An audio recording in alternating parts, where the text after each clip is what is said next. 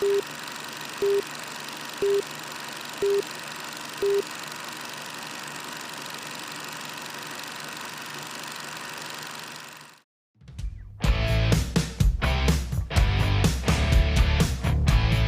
Ozzie talks with community leaders about issues in the public safety arena. Sponsored by River Ridge Hardware.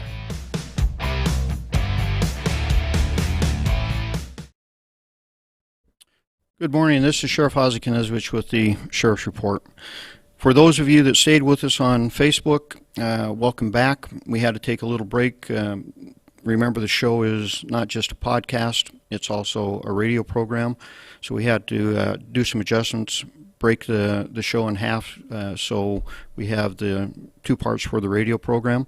So let's get right back into what we were discussing, and the concept of the series, and this is the last part of the series, is the concept of the media being under attack. And is the media truly under attack? And especially in a way that a hate study group had put out, that comparing the disdain for the media with the suffering that the African American community and countless other communities in America have gone through, which I found very, very unique. I was just appalled by that entire concept, that what America's mistrust, distrust, and disdain for the media is even remotely what these other groups have lived through. The Jewish community. Let's get real. I just find it amazing. But I shouldn't, because it seems like anything leaning left, the media has a bias towards. Anything right, they have a bias against. And folks, if you know me well enough, you know that for several years I took on the hard right, the alt-right. I took on the white supremacist movement. I took on the fringe elements within both those groups. And now I'm telling you about the left.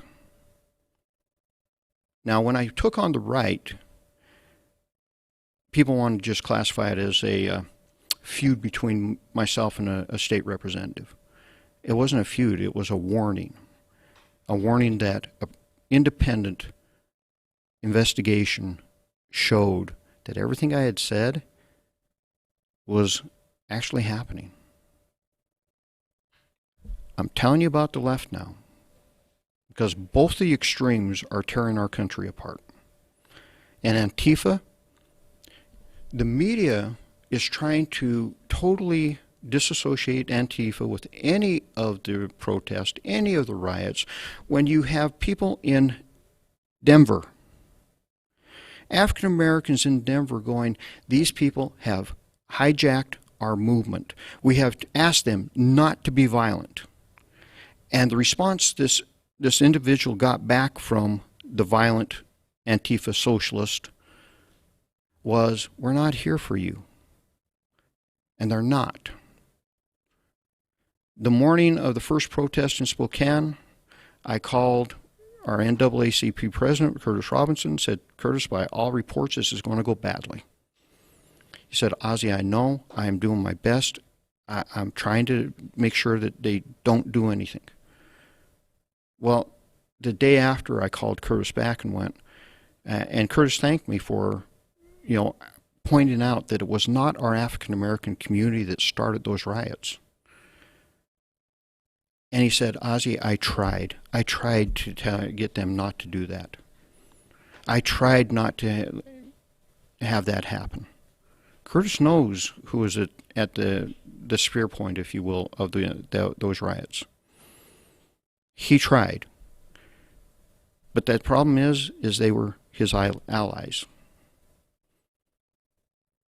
And that's a new buzzword now, allies. Matter of fact, Whitworth is going to have a class on how to be a good ally. Well, I hope part of that class is how to treat a true ally, because that's grossly missing. And maybe it should also include how to maintain relationships, because it's all about relationships, folks. And those relationships are getting strained. You can't call people allies that do not listen to your wishes. Just a note. So we have the Inlander story that Antifa is anonymous, militant, ill-defined, but the rest of the media at the national level is almost trying to make Antifa no longer an organization. It's just a thought process. It's an ideology, anti-fascist. Well, I guess that makes every one of us listening today Antifa, because I don't know very many pro-fascist. I don't. Antifa is not an ideology.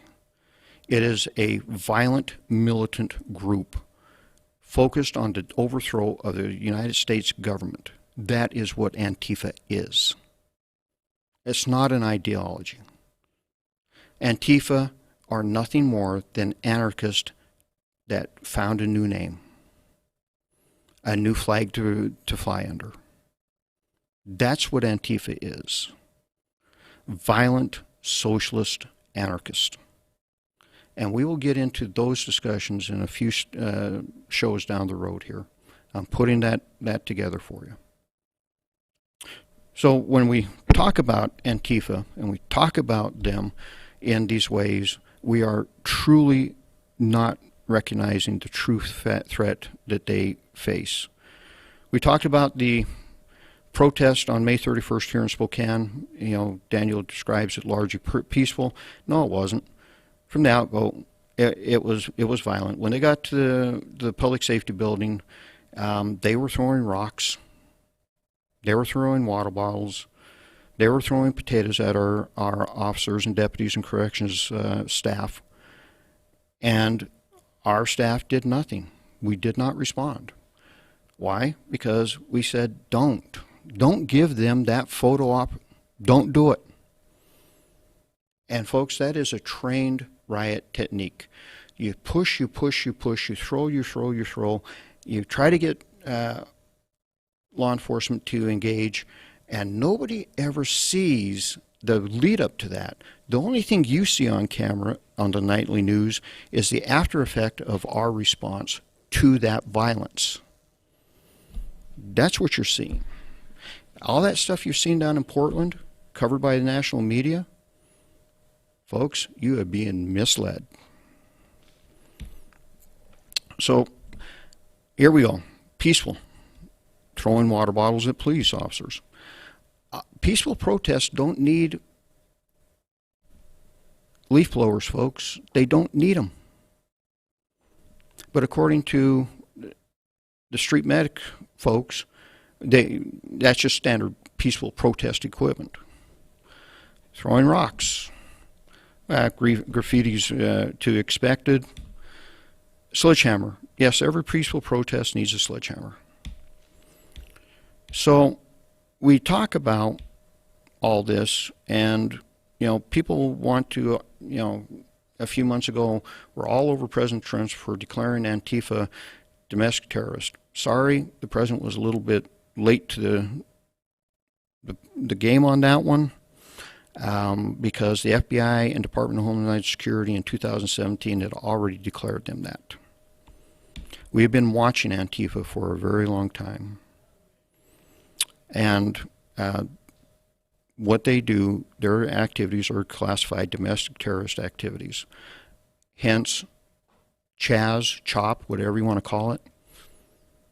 There's what the future looks like if we do not do something about this threat. So as we scroll down and we talk about things, we closed our discussion, Daniel and I, on the concept of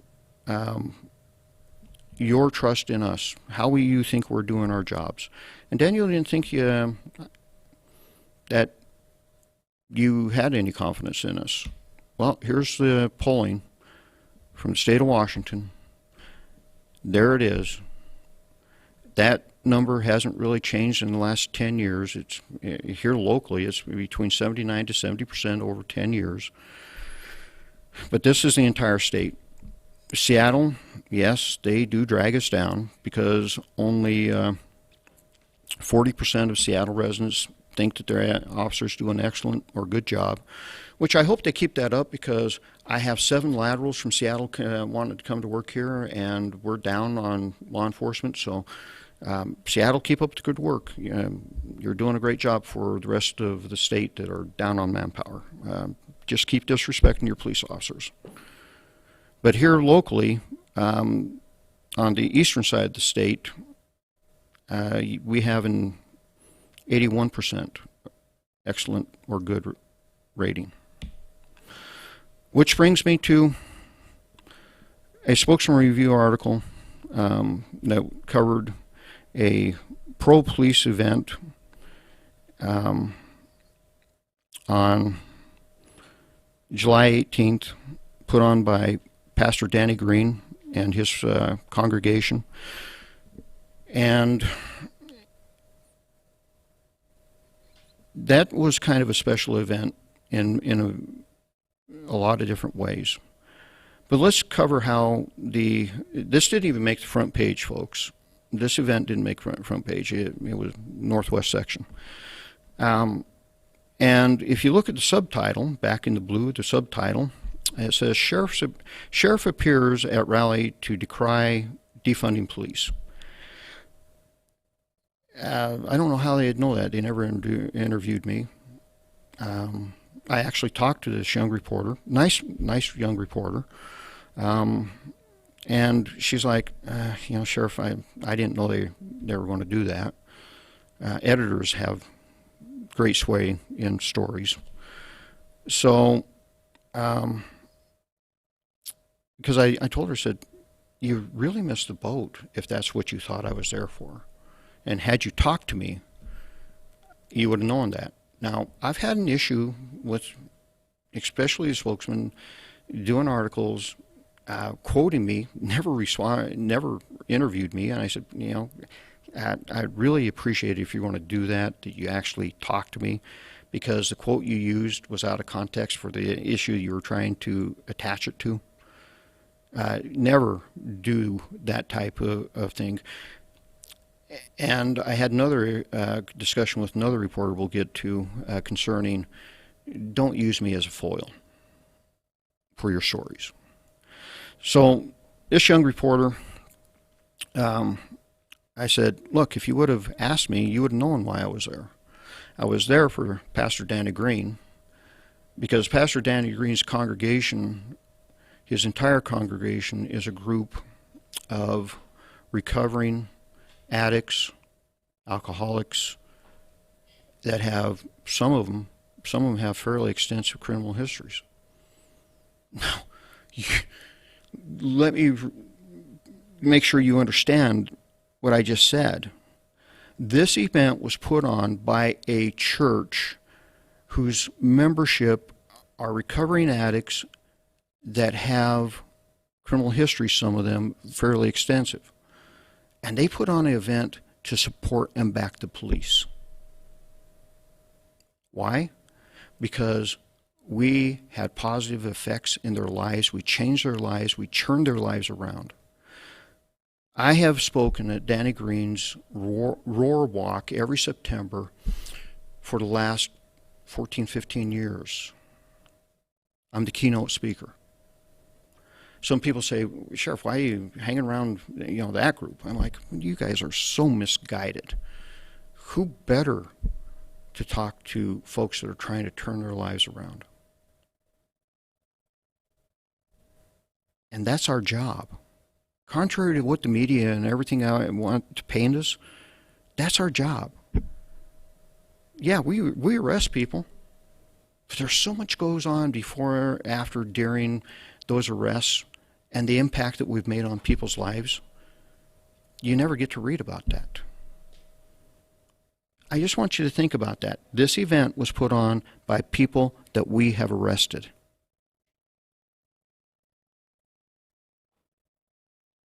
By any stretch of the imagination, you would think that they would have a grudge against us. Many of the speakers, quite frankly, were people of color. So it's not always the way it's presented. I talked to the young reporter about this section.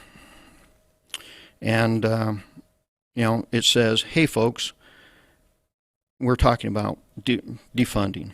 I said, heck, folks, they've never funded us, Knesset said. They continually drop every ounce of society's luggage at our feet and expect us to pick it up and carry it. And they give us nothing to do it with. Now, if she had taken the time to interview me, she would never put the next follow-up section on there because, the way it's written, it makes it sound like, oh, really, Sheriff, you're not funded? You got $45 million. Other aspects of the county health got $53 million. And to give her credit, she said, well, I was trying to point out that you don't get as much as these others. Okay, fair enough.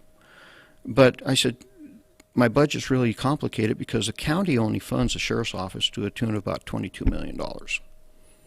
The rest of that is contracts. So I said, you truly, truly missed the point, though. The mental health issue has been dropped at our feet. We are expected to deal with it. But they didn't give us any funding to do that. We got some grant funding from a lawsuit, and when that grant funding goes away, the best thing we have going for us in the mental health aspect as far as the street level is a behavioral scientist and a police officer are teamed together, and they go out and deal with the mental health issues, and it's been very successful, very, very effective. I wish I had one on every shift, but I can't get funding for that. And as soon as that grant goes away, it goes away. And this is a very effective program. Extremely effective. But they don't want to fund us. They keep telling us we got to deal with it. Don't want to fund us. And now the thing is, well, we need to defund the police to take care of these issues. Well, you didn't give us any money to take care of that issue, so where are you going to get this money from? Oh, by the way, here in Spokane, the city, you, the citizens, a couple years ago, voted and said we want more police officers. Well, guess what? Your city council is not going to honor that. They're going to cut the city's budget if they keep going down the track that they're talking about. You might want to start talking to them. They're going against your wishes. Curtis Robinson was at this event. I recognize that he was there. His quote was, Robinson agrees with Knesset that first responders are expected to carry too much weight. He said they should get more funding, not for military-style weapons. I don't know why activists always have to go there. I don't. Folks, we don't get money for military-style weapons. Okay? Matter of fact, we don't carry military-style weapons. Now, we do get equipment from the military. Our original allotment of long rifles were M16s that were converted to AR-15s. They aren't military. They are civilianized. Didn't cost us any money. If we would not have received that, that would have been about a $100,000 bill to the county. And then they always want to say, well, you get tanks. We don't have one tank. Not one. We have armored personnel carriers, and that is just armor. And we've had that armor in Spokane County since 2000. And police in the United States have used this type of equipment. The last time we researched it, about 1938. It doesn't cost us a dime. And we need it. And I'm going to pose this question. Why do you think the extreme left and the extreme right don't want us to have that type of equipment? Could it be to prevent us from dealing with the fact that they like to take over wildlife refuges on the right and they like to take over 9 city blocks on the left. They don't want us to have the tools, so we can't stop them. Just think about that. Trust is a big thing. I was sent this, and it's an article that's titled "NAACP Accuses Cop of Racism, Then Police Chief Releases Video Showing the Truth." Folks, that happens. We get false complaints all the time. I talked to Chief Lytle just recently. He said, yes, he's had 3 false complaints filed by the NAACP over the last 2 months. If we want to have discussions, we want to have trust, that can't happen. Because here's how I deal with it. First time it happened, I think it was about 2007, received information that this person had video of this horrible thing that had happened, and it was involved a racial minority. We did a major investigation. There was no such video. It didn't really happen. And I took that case to the prosecutor and had false report charges filed on that individual. Because I look at it this way. If I'm going to hold my staff, and I hold them very accountable, I'm holding you to the same accountability. So he ended his speech with an anecdote. It wasn't an anecdote, folks, about officers killed on duty in Dallas in 2016. I started that speech going, I want you to remember a date, 7/7/2016. And I'll explain it when I'm done. And when I was done, I explained 7/7/2016.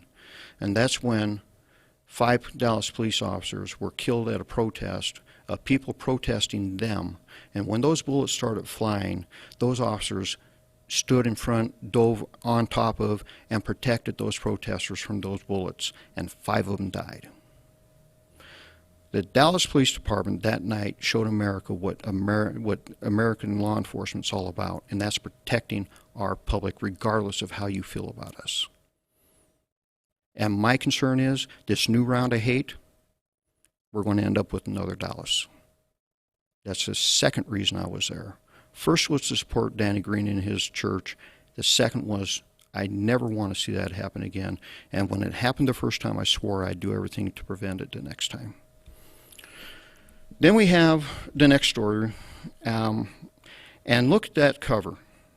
It's one of the most amazing outlays I've seen, because it covers police training, and right next to it is Spokane Police release video, and then you have rifle or shell casings, pistol casings, underneath the title of Sheriff Knezevich's Depends Training Seminar. And I don't know if they did that intentionally or not, because right below it is Celebrate National Donut Day. I thought that was a little unique. But this article is just amazing. This article is truly amazing. It says, in the wake of George Floyd's killing in Minneapolis and subsequent protests in Spokane that turned chaotic, the seminar involving Grossman has come under renewed scrutiny and shared widely on social media this week. There you go again. This story created because of Facebook. Colonel Grossman, one of the country's most prominent and popular law enforcement trainers, whose philosophies are subject to regular criticism, only in the last few years has he faced criticism. And folks, he is one of the very few law enforcement trainers that has been certified by every post in the United States, post being police officer standards and training, the actual organizations that train in those states, one of the only to get all 50. And again, the reason he comes under attack is because he does promote the philosophy that we're feeding our kids too much violence, and it makes them violent, and we wonder why we have violent kids. Grossman's critics question his fear-based training. It's not fear-based. This is another left-wing special of fear-based, not fear-based, which repeatedly stresses wide range of threats we face every day, including terrorism and mass shootings. That's reality, folks. That is what we face out there. And participants are regularly reminded they are at war. Very much taken out of context. He ought to come and maybe listen to Grossman when he comes to town. And the worst part is I actually set it up for this reporter to talk to the colonel. He actually interviewed the colonel because I set that up. Amazing. If you act in fear, you're going to act in a way that is not rational and is going to result in violence, says Rick Eichstadt, Spokane attorney, former head of the Center for Justice, who advocated for police reform. Rick really doesn't understand what he's talking about there, and the actual is counter. You de-escalate by not having fear. You learn not to have fear by having confidence in your training. His comments to the audience that killing can lead to great sex and that killing is not that big a deal are gross and disgusting. Now this is what Paul Dillon said in this article. His comments to the audience that killing can lead to great sex, he doesn't say that. That killing is not a big deal, he doesn't say that. Both gross misinterpretations, but Paul Dillon, and according to the article, is from the Planned Parenthood of Greater Washington and North Idaho. I find a little irony in this statement from him. His comments to the audience that killing can lead to great sex and that killing is not a big deal, coming from an individual that works for Planned Parenthood. Little bit of irony in that one, just a little. This reporter even relies on Mother Jones, one of the most prestigious media outlets there is. That's sarcasm, folks. I wouldn't trust anything that came out of Mother Jones because I've proved their articles false multiple times.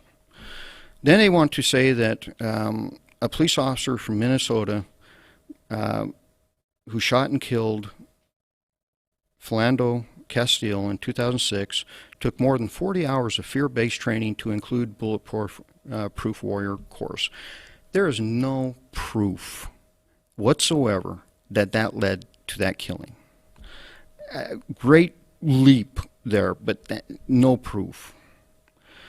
The warrior mentality in Grossman's training is not endorsed by the Washington State Criminal Justice Training Commission, according to this article.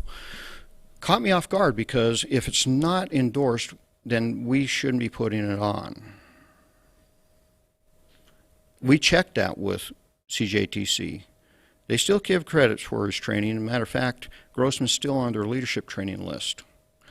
I'm not sure how that one comes about, but CJTC states that they have moved away from the warrior mentality instead toward the guardian model of police instruction under Executive SUROR, says Sean Hendrickson, who teaches a class called Philosophical Warrior.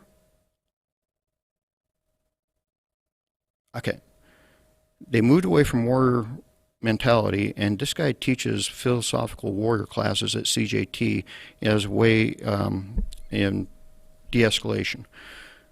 That's a unique statement there. And I've also heard multiple speeches by Director Rohr at police gathering or graduations, and she talks about the need for them to be warriors. I'm amazed by this comment. Hendrickson goes on and cited ethical policing is courageous. It's a class out in New Orleans. Gives as an example of rewarding officers for holding each other accountable while also encouraging officers to take feedback. That's standard. It's been that way for the last 30 years. I was an FTO. My FTO told me this. You're going to make mistakes. You need to learn from them and you need to accept the feedback. Do not make excuses for your mistakes. I gave the same speech to my trainees. And Henderson goes on to say that when we talk about culture of policing, this starts at the top and has to work its way all the way down to line officers. I'm fairly comfortable with the Spokane County Sheriff's Office because most of the disciplinary issues I've had to deal with were actually reported by line troops going, Sheriff, you might want to check on this. So if that's the definition of success, I think we're pretty good in that area. But I like the transition from what was just said about, culture and this reporter's next line. Knesset said he would never attempt to justify Floyd's death. How does that fit? How does that fit? Nice transition, but it seems like the reporter may have a grudge. And he may, because during this interview, before the interview, I called him on something. I said, Adam, I asked you that if you're going to interview me and interview other people about a story, that rather than me getting blindsided that you talked to somebody and they said something counter, that you would get back with me and say, hey, look, I talked about this. Would you like to clarify it? I asked you to do that. His answer was, I really just don't have the time to do that. My answer back was, well, maybe you don't have time to interview me anymore. Because, folks, that type of journalism is not good. I don't even consider it journalism. If you're going to do a story and somebody says something, the other person has a right to know about that and to respond to it. And there goes my contention with being used as a foil in many of the stories. Media has deemed me a soundbite machine. And I'm not being facetious about that. That's literally what they have said. My PIO will tell you that. That's what they've said. But I don't want to be able to play the foil, and I refuse to play the foil anymore. And I told this reporter that. I'm done playing the foil. And he went ahead and did it again. He goes on by stating that when it comes to the resulting outcry of unrest, Knesset points the finger at the media. And I did. That conversation with that reporter went similar to this. I said, what happened in Minneapolis was inexcusable, but it happened in Minneapolis. But the media is painted as if all law enforcement is like this. And it's not. Everybody wants to talk system, folks. Systemic. If it was systemic, then it means that the system is created to allow these things to happen. And I can tell you the system is not created to allow it to happen. Matter of fact, if you do things like what happened in Minneapolis to Mr. Floyd, you should go to prison. And we have seen that play out time and time again, that the system holds us accountable. It quite frankly holds leadership accountable, because if we don't address it, they will hold us accountable. You saw that in Rodney King when supervisors went to prison. There is a list of policy, there is a list of state law, there's a list of federal law that all says the system, if you do this, you will be hammered. So the system is not designed to have this happen. The system is designed to ensure it doesn't happen. What we have are humans in the system. Every organization is great right until you put the first human in it. Then it becomes flawed. And that is what's happened here. And the media did not leave it in Minneapolis. They made it a nationwide, this is all of law enforcement, and that was not right. and it was unjustified. And our conversation also went like this: well, Sheriff, do you think those people would have been held accountable if we didn't do that? I went, yeah, it was that bad. They would have been held accountable. And then he went on with his next statement. Well, you know, we're your watchdogs. Okay, really? All right. Well, if you're my watchdog, what comes next in this article is why there's this term called fake news.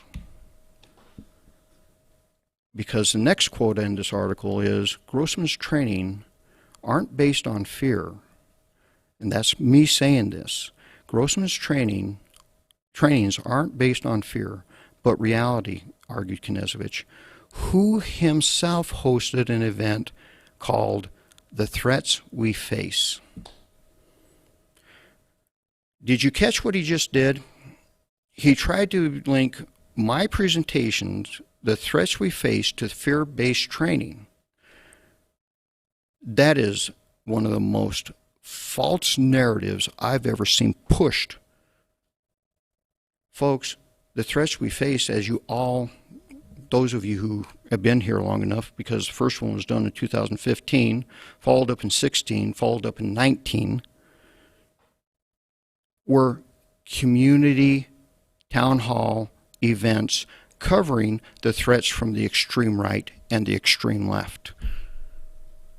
And not fear-based training for law enforcement, not fear-based training for the community, just simple input from the from law enforcement to the community about what is truly going on. This is why there is a term called fake news. Reporting like this causes that, and it has caused the disdain in the American people towards the media. When you take that, try to link fear-based training to something that was never fear-based, you're driving your own agenda, your own narrative, and this, folks, is why we have a problem in our media. This is why the media has rated in the 20 to 19% rating for industries in the last few years. If you want to change the dynamic, then you don't do this. I was appalled when I read that. All trying to drive a narrative created on Facebook. Folks, this is Sheriff Ozzie Knezevich. I hope you found this slightly interesting. I hope you found the reason that I took offense to the concept that the media is being persecuted like our minorities. Why I thought that was appalling. And I gave you the examples of why the media may be in the shape it's in. Because they are no longer giving us just fact. They're giving us their opinion. The Constitution of the United States, our founding fathers gave them a great role in this country, a protected role. It was to give us the fact and let us decide. A society that can no longer trust its media is in big trouble. Media, maybe you need to look inward instead of outward. Maybe you need to decide what is going on. Maybe you need to decide why many of us are losing faith. Have a good day, folks.